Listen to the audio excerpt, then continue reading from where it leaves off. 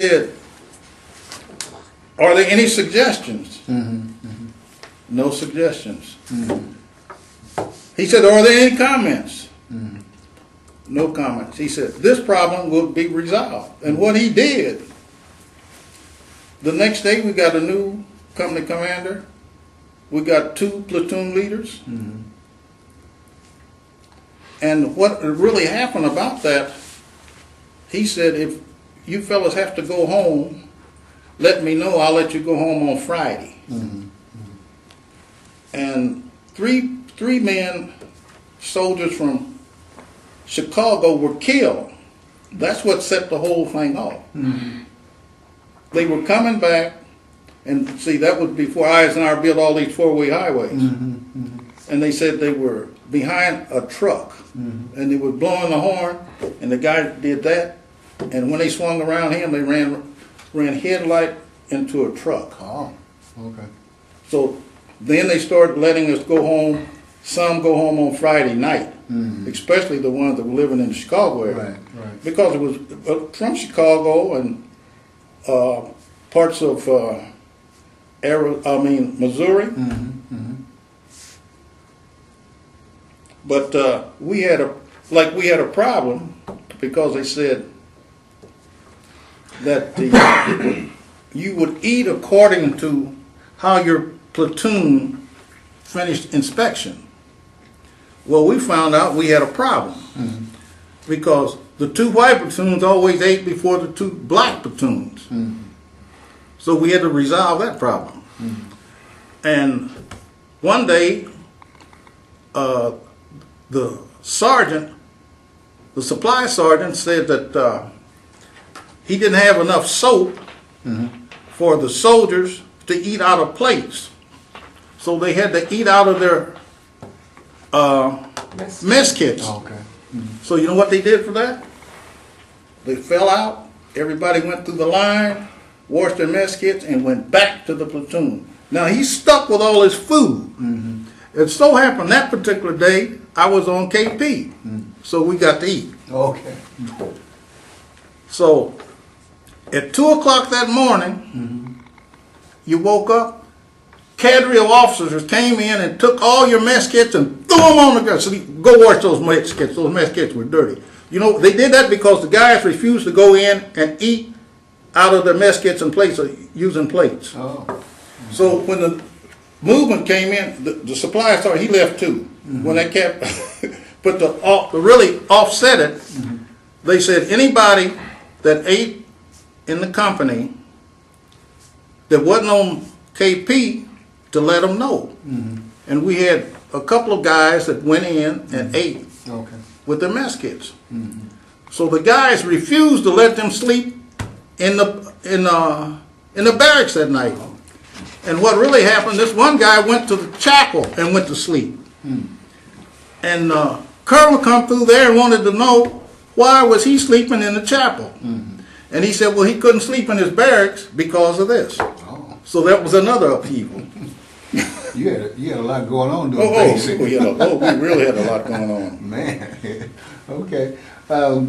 So basic is normally 8 weeks, but you say you were there 14 weeks. Our basic was 14 weeks. Why is that? Why was your basic 14 weeks? That's what they gave us, 14 weeks. Okay. Did you? Now they didn't give everybody 14 weeks. Like they took some of the guys in our company, they made them cooks. But they only took 6 weeks basic. The rest of us had to take 14 weeks basic. Did you have additional advanced training during this period of time, or is it normal basic, where infantry and marching and firing range? Did you have some advanced training during that 14 weeks? Yeah. Okay. What kind of advanced training did you get? Well, we went through the mock village, and we went on bivouac. Bivouac 2 weeks. And when we were on bivouac, somebody took a clip of blanks and threw them in the fire, and they went off. And it so happened it messed up my leg. Wow. So they sent me back to Fort Leonard Wood to act as barracks hardly. Oh, okay. All right. Well, I have some experience out of the Army, out of sight, out of mind. Yeah, well, tell us about them. You know, once we. Well, okay. We'll get there. Okay. Well, when we went in, we landed at Sasebo. So what now? We landed at Sasebo. Okay. When you went where now? When we landed, we went to Camp Drake Okay. in Japan, Okay. armed up, All right. and went to Sasebo. Okay. And now, Now, where is Sasebo? What is that? Where is that? Sasebo is Korea, Okay. Okay. and that was a stepping off from Sasebo to Japan. Okay. All right. And we were out there, and they had us on this LST, and they passed out sea rations. Uh-huh. Well, it so happened the guys on the top deck got all the sea rations, and the guys down below didn't get any rations. So that caused a conflict. Right. Then when we got on and landed, they put us in a train, wooden seats. And that's when we became acquainted with what they call a honey wagon. Oh. You know, in Korea, they fertilize their crops with human waste. Right. Right. And they had these honey wagons. And that was one thing, it took you a few days to get accustomed to that terrific odor. Oh. Mm-hmm. Right. And then when we went up and went to the various companies, and they sent us to a line company. Because I was with the B company. Okay. Okay. Now, let me back up a little bit. After your 14 weeks of basic, did you come back home for leave, or did you? And during this period of time, how did you communicate back and forth to home? All right, tell you what. We left Fort Leonard Wood March 31st, 1951. We were due in Chicago the 20th. They gave us what they call a delay en route. Right. And why I remember so much the delay en route was when Truman fired MacArthur.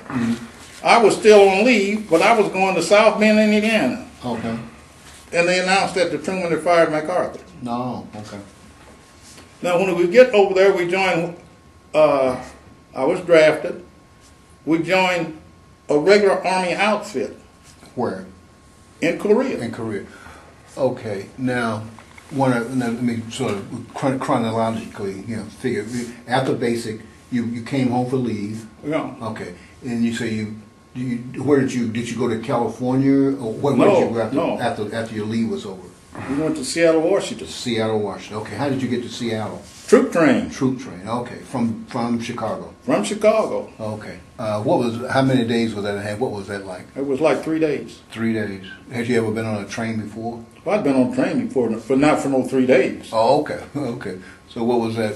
What kind of Well, experience here's an was that? interesting thing. Okay. There's 750 soldiers on the train. And we flew into Aberdeen, South Dakota. Now, across the street, there was a Piggly Wiggly store. Okay.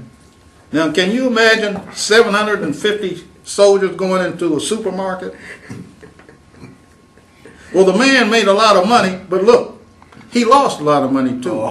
See, we had on these eye jackets and Class A uniform. What they couldn't buy, they stole. They put in their jackets and everything. Soldiers? Soldiers.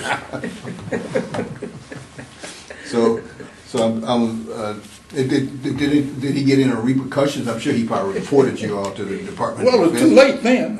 I mean, we landed at Seattle, and one thing I like about Seattle, they had what was known as Pier 91. Pier 91 was run by the Navy. Okay. You got good food there. Okay. And they had a sign up there that said, "Take all you want, but eat all you take." Okay.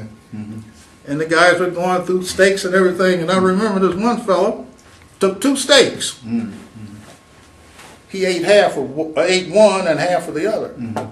And he started to go to the receptacle to fill the steak out. And I remember this mess officer said, "Come here, soldier." I said, "What?"